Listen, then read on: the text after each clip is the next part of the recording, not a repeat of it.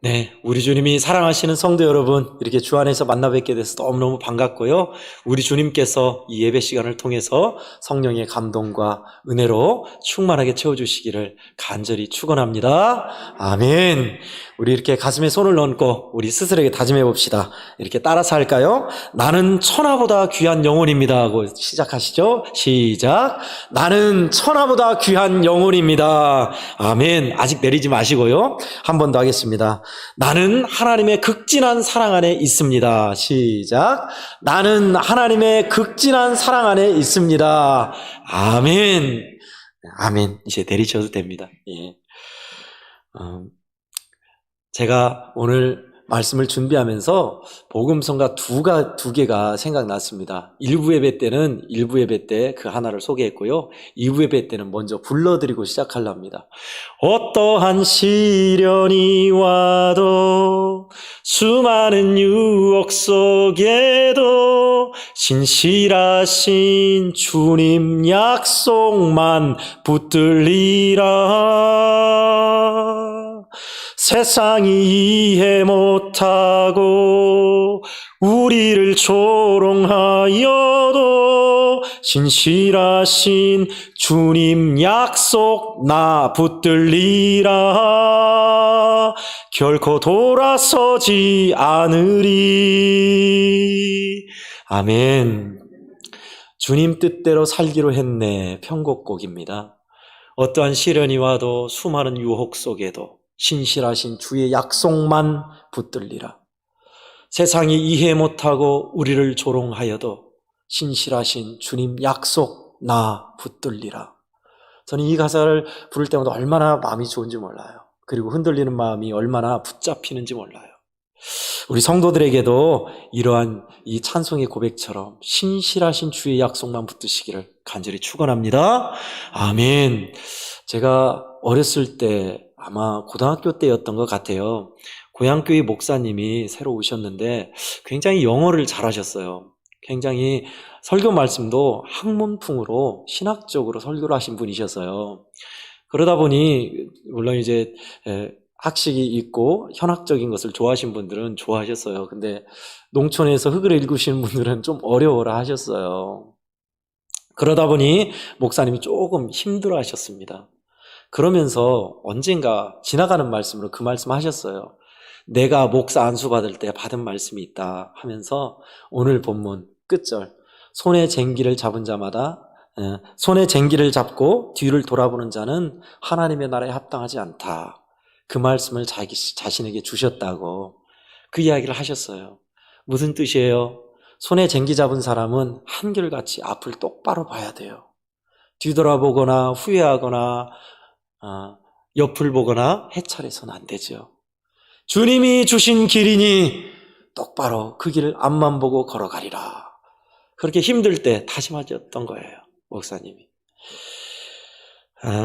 저는 어렸을 때 농촌에서 자라서 쟁기질하는 것을 봐왔습니다. 이곳에서도 쟁기질 하신 경험이 있으신 우리 성도님들도 계실 거예요. 자료를 찾아봤더니 저는 홀 쟁기질만 봤습니다. 홀 쟁기질은 뭐냐면 소 한 마리의 쟁기를 가지고 하는 갈아엎는 것을 홀 쟁기질이라고 해요. 그것은 비옥한 땅이나 부드러운 땅을 갈아엎을 때 소 한 마리로 한답니다. 근데 자갈밭이거나 너무 딱딱한 땅은 소 두 마리로 결의를 이용해서 그 두 마리로 끓는 쟁기를 결의 쟁기질이라고 합니다. 저기 강원도 쪽이나 또 땅이 척박한 곳에 쟁기질을 할 때는 깊게 그리고 힘있게 쟁기질을 해야 하기 때문에 소 두 마리를 하나의 쟁기로 연결해서 쟁기질을 하더라고요. 그 쟁기질이 더 어렵다고 그래요. 그 쟁기질 둘이 있습니다. 홀 쟁기질, 결의 쟁기질.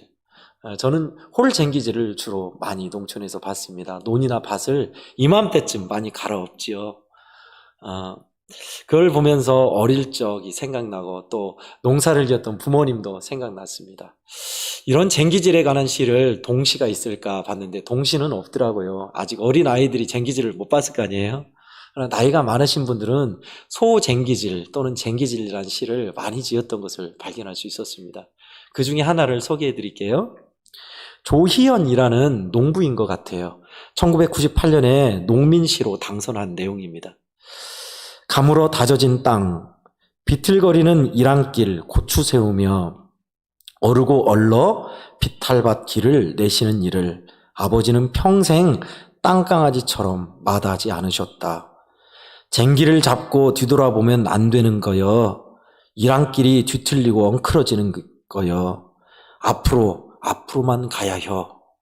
아버지의 쟁기질에 가시의 뿔이 뽑히고 잡초의 허물, 땅의 허물 벗겨지고 그 땅에 굳게 심어진 나는 실한 싹일까? 뿌리 속에 혹 박테리아를 만들어 숨기고 억겁 세월 생명을 품어 아는 흙. 이랴 워워 보습의 날이 파고드는 깊이만큼 땅의 살은 일구어진다. 분명히 이분은 농사를 지으신 분 같아요. 아버지의 그 말씀, 쟁기를 잡은 사람은 뒤돌아보면 안 되는 거요. 이랑길이 뒤틀리고 헝클어진다. 그러니 앞으로만 가야 한다. 라는 아버지의 말씀을 잘 표현했습니다. 여러분, 주님도 그 쟁기질 하는 것을 예수님을 믿고 따르는 것으로 오늘 본문에 비유하고 있습니다. 세 가지 본문 비유가 있는데 그 중에 중심 말씀이 예수님을 따르는 자는 쟁기질 하는 자와 같아서 후회하거나 다른 것에 기웃기웃거리거나 해찰해서는 안 된다. 앞만 보고 주님의 말씀만 따라서 앞으로만 가야 한다. 반듯하게 가야 한다. 라는 말씀입니다. 제자의 태도, 예수 믿는 자의 온당한 삶이 무언가를 우리에게 가르쳐주고 있습니다. 쟁기질 할 때 후회한다는 것은 뒤를 돌아보는 것입니다. 과거에 옛날이 좋았는데, 옛날에 마음껏 술 마시고 담배 피고 나쁜 놈들 욕하면서 싸우기도 하고 그때가 좋았는데, 예수 믿으니 술도 못 마시고 담배도 못 피고 나쁜 놈이 나를 조롱해도 쥐어박지도 못하고 욕도 못하고 옛날이 좋았는데 승질대로 한번 본때를 보여줘야 하는데 후회하십니까? 쟁기질의 뒤를 돌아보는 자입니다. 또 참 옛날에 내가 예수 안 믿을 때 마음껏 살면서 내 하고 싶은 거 다 하면서 살 때 진짜 자유했는데 예수 믿으니 하지 말란 것도 많고 맨날 예배 드려야 하고 이거 뭔가 하시는 분. 구약에 나오는 광야에서 애굽이 좋았는데 뭐 하려고 이 물도 없고 먹을 것도 없는 말라 비틀어진 광야로 왔다냐 하고 불평하는 사람과 똑같습니다. 어떤 이가 그러더라고요. 예수님이 소경을 고쳐주셨는데 날 때부터 난 소경 말입니다. 그 소경이 할렐루야 기뻐했지만 시간이 지나고 세월이 흐르면서 후회했대요. 왜 후회했을까요? 눈이 안 보이는 맹인 때에는 차라리 일도 안 하고 도와주십시오 구걸해서 돈을 받아서 먹고 살았는데 이제 눈이 보이니 스스로 일해야 하고 배워야 하고 조심해야 할 것도 많고 지켜야 할 것도 많으니 차라리 옛날 안 봤던 소경이 좋았다라고 후회했다는 거예요. 여러분, 제가 말씀드린 이런 거는 다요, 쟁기를 잡고 뒤를 돌아보는 자들이에요. 아니에요. 그것은 주님이 부르신 제자의 길, 생명의 길이 아닙니다. 생명의 길은 주님이 부르신 길이에요. 또 쟁기질을 하면서 옆에 나비를 본다거나 벌을 본다거나 옆집 소를 본다거나 하면 어떻게 되겠습니까? 쟁기질하는 일항이 삐뚤하게 될 것입니다. 그죠? 오늘날도 믿음의 길을 가면서 한눈 파는 사람들 참 허다합니다. 저 사람은 중직자인데 기도도 안 하고 부서 일도 안 하고 편안하게 예배만 드리고 그러네. 나만 죽으라고 맨날 사택부야, 맨날 관리부야. 일 많은 사택부 관리부 누가 시켜달래? 일 없는 봉사부나 구제부 시켜주지. 아니에요. 곁눈질이에요. 아니에요. 믿음으로 사는 것은요, 여러분, 세상의 유혹 따라가는 거 아닙니다. 어디 땅 사면, 어디 아파트 사면 돈 많이 번다고 그쪽으로 획 해서 돈 버는 길로 쫓아가고 더 편하게 더 쉽게 예수 믿으려고 큰 교회 큰 교회만 따라가는 사람들. 아니에요. 견눈질하는 거예요. 생명의 길 아닙니다. 사망의 길이에요. 죽음의 그늘이 들여주는 길입니다. 우리 주님은 오늘 본문을 통해서 나를 따르려느냐? 그렇다면 쟁기질하는 자처럼 앞만 보고 한결같이 나를 따라오라라고 하십니다. 어떤 때 말씀하신 거예요? 믿음의 사람들은 쟁기질하는 자와 같다 라고 어떤 때요? 세 번째, 내가 주님을 따르겠나이다. 그런데 주님, 내 식구들과 작별 인사만 하고 오게 해 주십시오. 그랬어요. 저 같으면 그럴 것 같아요. 그래, 마지막 작별 인사 잘하고 와라. 그리고 따르라 라고 할 것 같아요. 근데 주님은 단호하십니다. 손에 쟁기를 잡고 뒤를 돌아보는 자는 하나님 나라에 온당하지 않다. 그러니까 주님이 그 사람의 마음을, 중심을 보시고 하신 말씀이에요. 왜 미련을 두느냐? 나를 따르겠다면서 왜 뒤돌아보고 뒤로 가려 하느냐? 라는 겁니다. 상상해 보세요. 이 제자, 예수님을 따르겠다는 이 제자가 부모님과 식구들과 처자식과 이별하러 간 자리를 상상해 보세요. 어떤 풍경이 벌어질까? 여보, 내가 이제 나사렛에서 온 목수 예수 그리스도를 따르기로 했어. 나 없어도 잘 지내기 바라오. 아내가 무슨 반응했을 것 같아요? 그 당시에는 여인들은 생계를 꾸려갈 수가 없었습니다. 아들, 딸 놔두고 어디 가냐고 잡았겠죠. 노부모들은요, 네가 없으면 애들, 네 처 어떻게 할 거냐. 그러면 끌려가는 거예요. 흔들리는 거예요. 그러다가 시간이 끌면 못 가는 겁니다. 주님 그걸 알고 계셨어요.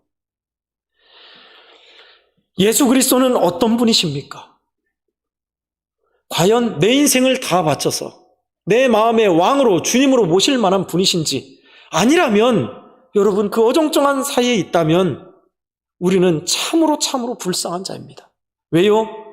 믿는 것도 아니고 안 믿는 것도 아닌 상태잖아요. 그죠? 안 믿으려면 안 믿고 믿으려면 제대로 믿고 둘 중에 하나만 있을 뿐입니다. 생사화복을 주관하시는 분, 죽음을 이기시고 우리를 구하시는 분, 우리를 너무나 사랑하사 자신의 목숨보다 우리를 더 아끼신 분, 죽음에서 부활하신 산소망 되신 분, 마지막 그날에 만왕의 왕 만유의 주로 오셔서 심판하시며 우리를 영원한 생명의 길, 영생의 길로 인도하실 분, 그분이 저와 여러분이 섬기는 예수 그리스도, 우리의 주님이신 줄 믿으시기 바랍니다. 아멘. 여러분, 그런데 오늘 말씀을 보면서 우리는요, 우리 교회도 그렇습니다만은 이분하는 것 같아요. 기존의 신자들과 예수님을 따르고자 적극적으로 따르는 리더격인 제자로 구분하는 것 같습니다. 그래서 교회에서 제자 훈련을 하잖아요. 사랑의 교회 제자 훈련이 유명했고 또 많은 교회가 그 제자 훈련을 합니다. 근데 어떤 분이 그러시더라고요. 예수 그리스도께서는 우리를 다 제자로 부르셨지 너는 그냥 믿는 사람, 너는 제자, 그렇게 부르지 않았다는 거예요. 기존에 있는 교회에서 하는 제자 교육은 엄밀히 말하면 리더 교육이지 제자 교육이 아니라는 거예요. 많이 공감했습니다. 우리 교회도 제자 훈련격인 예수님의 사람 교육을 하고 있습니다. 진짜 제자인가? 제자된 삶이 무언가? 예수님이 부른 사람들은 그냥 믿으라고, 그냥 예배만 드리라고 부르셨는가? 복음서를 보면요, 주님은 다 제자로 불렀지 그냥 가만히 믿고만 있으라고 부르진 않았어요. 그러면 저와 여러분은 어느 위치에 있습니까? 정령 주님을 따른 제자의 위치에 있는지, 아니면 그냥 믿는 사람의 모습인지. 혹자는 세 부분으로 구분을 했습니다. 예수님의 제자, 오늘 난 팬클럽 같이 스타를 따라가는 팬, 아니면 구경꾼. 셋 중에 하나입니다. 우리도 진짜 주님의 말씀과 주님이 원하신 정신대로 살아가는 제자가 있겠고요. 주님이 좋아서 인기에 세상 팬클럽에 따르는 팬들처럼 주님을 따르는 사람이 있겠고요. 인기와 편안함에 또 좋은 것에 따라가는 사람이고, 마지막은 안 믿는 사람들, 그냥 뒷짐지고 구경하는 사람들입니다. 저는요, 이 세 부류를 보면서 적어도 팬이라도 됐으면 좋겠다, 인기 스타를 추종하는 팬이라도 됐으면 좋겠다 하는 마음이 들더라고요. 저도요.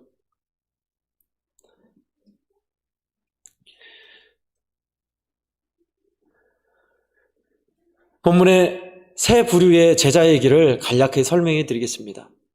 맨 첫 번째는 예수님을 따르겠다는 서기관에게 예수님이 대답은 그거였습니다. 여우도 굴이 있고 공중의 새도 집이 있는데 나는 머리 둘 곳이 없다 하셨습니다. 서기관에게 영광과 출세를 생각하고 오는 서기관에게 하신 말씀입니다.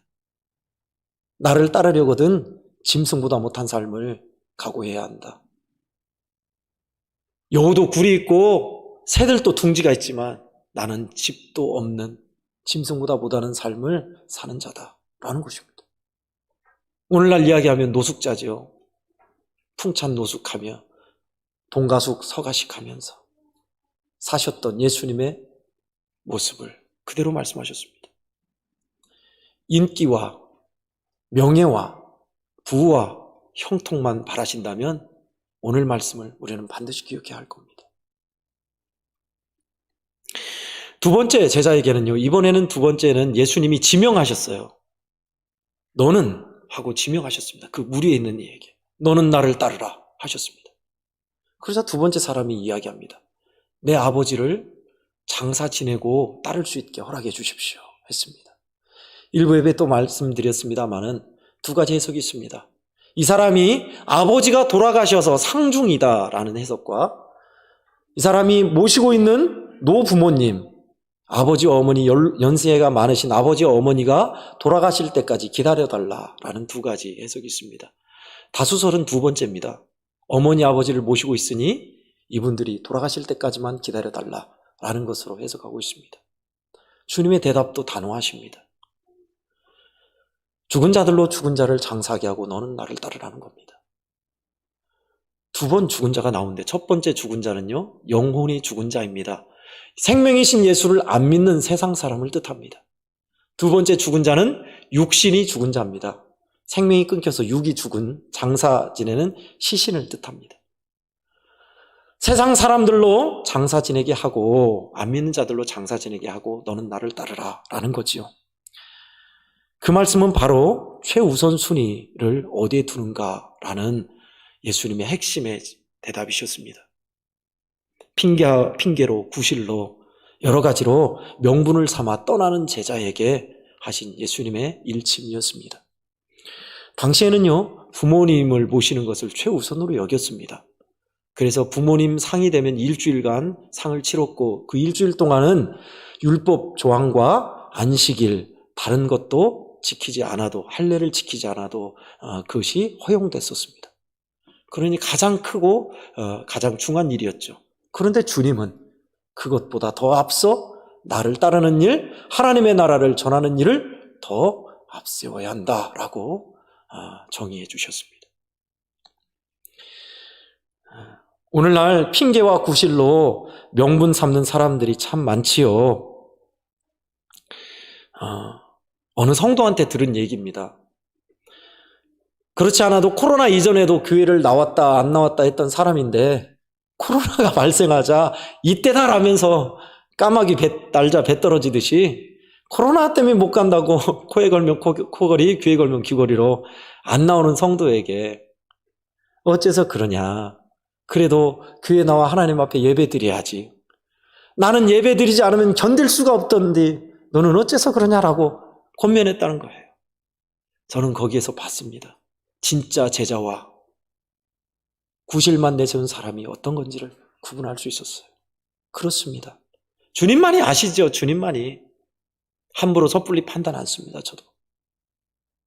구실을 내세워서 예배의 자리, 믿음의 자리를 쉽게 떠나고 내 마음대로 편안하게 사는 것인지, 아니면 진짜 우리 주님을 따르고자 하는 마음인지. 너는 어째서 그러냐? 나는 예배 안 드리면 애가 타서 견딜 수 없었는데.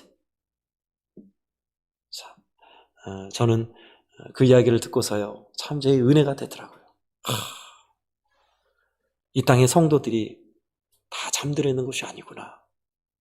예배 드리지 않으면 견딜 수 없는 사람들, 해가 타는 사람들이 있구나. 진정 제자입니다, 그런 사람들이. 그죠? 두 번째 대답이었고요. 세 번째는 말씀드린 것처럼 한결같이 주님을 바라봐야 한다라는 것입니다. 여기저기에 흔들리거나 뒤를 돌아보거나 곁눈질해서는 안 된다. 쟁기질을 하는 사람은 앞만 보고 가야 한다라는 말씀이죠.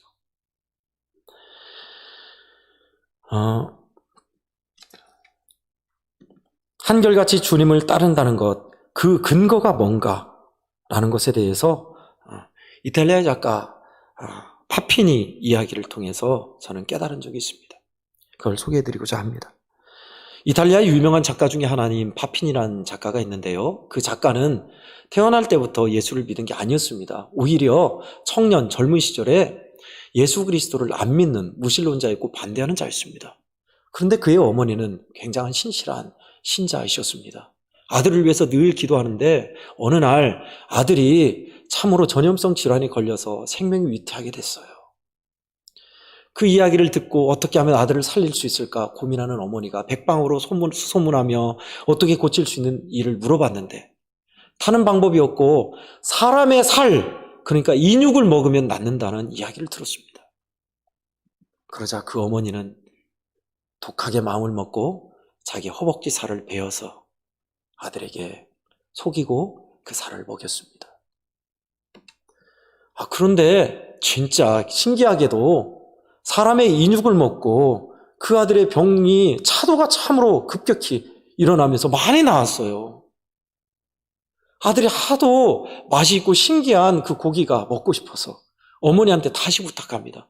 어머니, 그 고기 다시 한번 먹을 수 있냐고.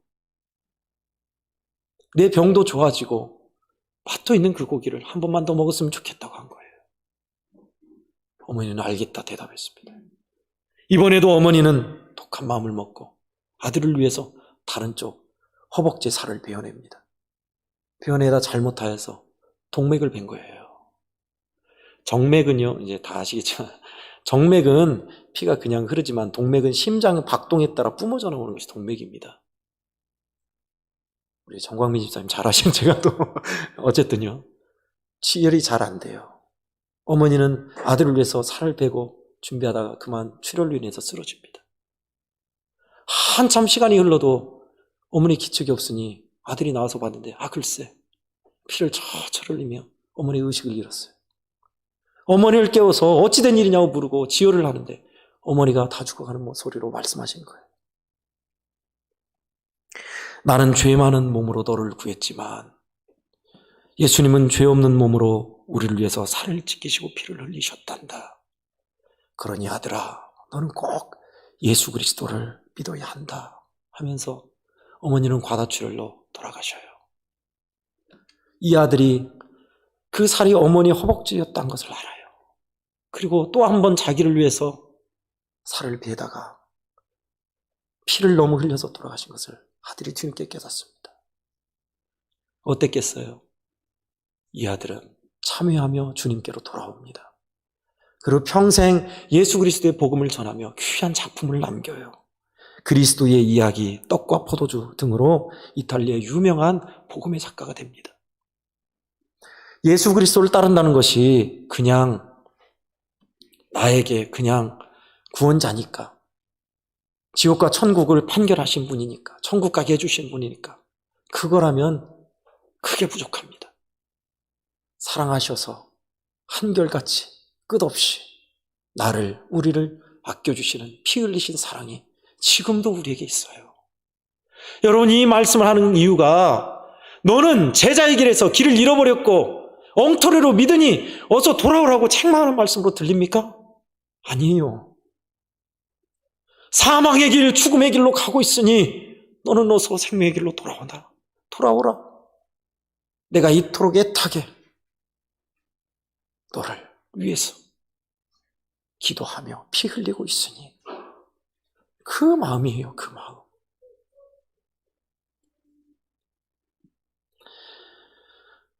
우리는, 저도 그래요. 저도 여러분 믿음의 길을 가면서 목사인 저도 늘 한결같겠어요? 옛날 어떤 때 좋았는데. 뭐 동기들 중에 잘 나가는 동기 목사님들 부러워하기도 하고. 저도 그래요. 저도. 어쩌면요, 우리 성도들에게 하신 말씀이 아니라 부족한 저에게 하신 말씀인지도 몰라요. 일부 예배 때도 저는 제가 은혜 받았어요. 제가 아프리카로 가는 선교사가 가면 죽습니다. 말렸는데, 가려면 관을 준비하고 가십시오. 말렸는데 기어이 가죠. 가면서 거기서 내가 죽거든 묘비명을 그렇게 써달라. 내가 1000번 죽는다 해도 아프리카가 돌아올 수 있다면 좋겠다. 1000번 죽어도 아프리카가 죽게로 돌아올 수 있다면 좋겠다 라고 그렇게 써달라고 가요.